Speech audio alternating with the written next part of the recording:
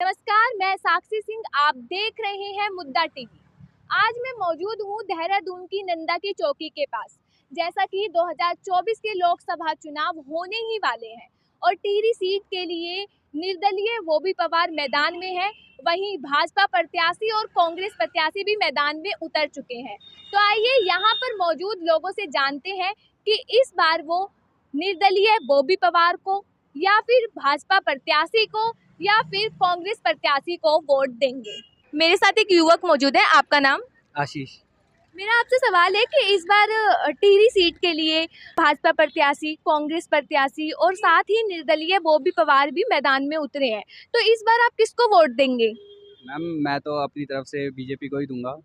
बात ये नहीं है कि सिर्फ वो हिंदुत्व के बारे में ही करता है, बट ये है कि एटलीस्ट वो कुछ तो काम करते हैं।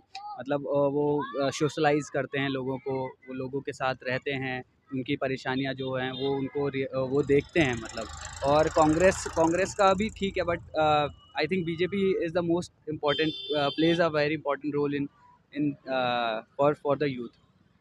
लेकिन जो बॉबी पवार है, उन्होंने उत्तराखंड के बेरोजगार लोगों के लिए काफ़ी काम किया है, उनका साथ दिया है कि उनके लिए जेल तक गए हैं। मैम एक्चुअली बात ऐसी होती है ना कि अभी जो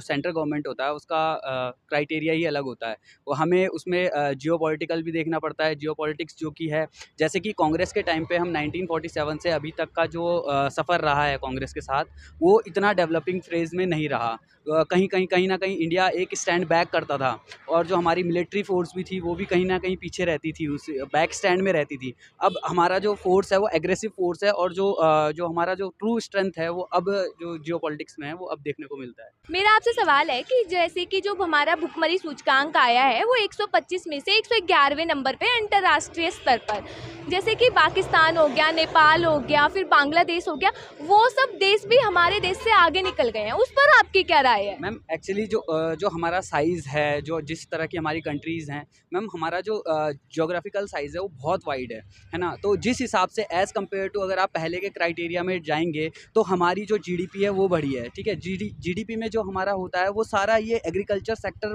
बहुत इंपॉर्टेंट रोल प्ले करता है। यानी कि अगर आप गन्ने का भी प्रोडक्शन देखेंगे, उससे भी किसानों को राहत है। पहले मैम मैं खुद फार्मिंग फैमिली से बिलोंग करता हूँ, मैं खुद किसान का बेटा हूँ, तो हमें पता है कि 3-3, 5-5 साल तक हम गन्ने का पेमेंट का वेट करते थे, या कोई भी जो हम सरकारी गोदाम में डालते थे तो उसका वेट करते थे। लेकिन अब ऐसा हो रहा है कि जैसे ही हम डालते हैं विदिन अ मंथ हमारे पास पेमेंट आ जाता है, जिससे कि एक तो किसान सशक्त हो रहा है, ठीक है। और धीरे धीरे मैम मैं ये मानता हूँ कि जैसे हम पहले के जो आंकड़े देखते हैं उसके मुकाबले अभी थोड़ा सा ठीक है। और जैसे गवर्नमेंट की पॉलिसीज़ हैं, जो कि एपीएल और बीपीएल, जिस हिसाब से क्रीमी लेयर को अलग करा जा रहा है, तो उस हिसाब से मैं मानता हूँ कि आने वाले 10 सालों में ये भी कई हद तक कम हो सकता है इसमें।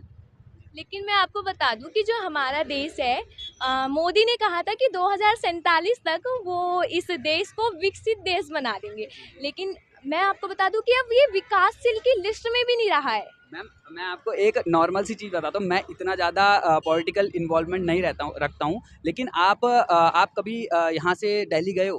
हाँ। गए हो? पहले का मेरा खुद का है कि जब मेरे दादाजी बीमार थे या फिर कोई भी इमरजेंसी वर्क होता था, तो आपको मिनिमम 6 to 7 आवर्स लगते थे। अभी मैं जहाँ से आया हूँ, मैं हरिद्वार से आया हूँ, मैं विदिन अ आवर पहुँच गया हूँ। तो मैम अगर ये डेवलपमेंट नहीं है तो और क्या है। हमारे साथ एक युवा मौजूद है, आपका नाम? मेरा नाम पंकज है। मेरा आपसे सवाल है कि इस बार टिहरी सीट के लिए आप भाजपा प्रत्याशी या फिर कांग्रेस प्रत्याशी, हम बात करें निर्दलीय बॉबी पवार हैं, उनको वोट दे रहे हैं? मैम भाजपा को वोट देना चाहूँगा मैं, क्योंकि मैम उन्होंने आने वाले समय में काफ़ी इम्प्रूवमेंट किया है सिटीज़ में, शहरों में। तो मैम इसलिए मैम भाजपा को ही देना चाहूँगा मैम वोट। कांग्रेस और बॉबी पवार क्यों नहीं? मैम कांग्रेस की सरकार में पहले भी आई थी, उनकी सरकार में मैम ज़्यादातर मैम जात पात के मैम दंगे वगैरह भी काफ़ी होते हैं ना मैम, तो इसलिए मैम उन्हें देना ही नहीं चाहते मैम। जैसा कि बॉबी पवार ने बेरोजगार जो लोग हैं उत्तराखंड के, उनके लिए काफ़ी काम किया है, उनके लिए वो जेल तक गए हैं, तो आप उनको वोट क्यों नहीं देना चाहेंगे? मैम जो हमारे मोदी जी हैं मैम, उन्होंने भी मैम काफ़ी मैम हमारे लिए किया है। जब लॉकडाउन लगा था मैम, उन्होंने मैम घर घर जाके रोज़गार बांटा था। और मैम हम यही चाहते हैं कि आगे भी हमारा देश मैम तरक्की करे, जैसे उन्होंने इतनी चीज़ें बनाई है। तो मैम भाजपा को ही देना चाहूँगा मैम वोट में। हमारे साथ एक सज्जन मौजूद है, आपका नाम? आपसे मेरा सवाल है कि इस बार टिहरी सीट के लिए प्रत्याशी है, वो भी पवार, वो भी मैदान में उतरे हैं, तो इस बार आप उनको वोट दे रहे हैं? हम भाजपा को देंगे।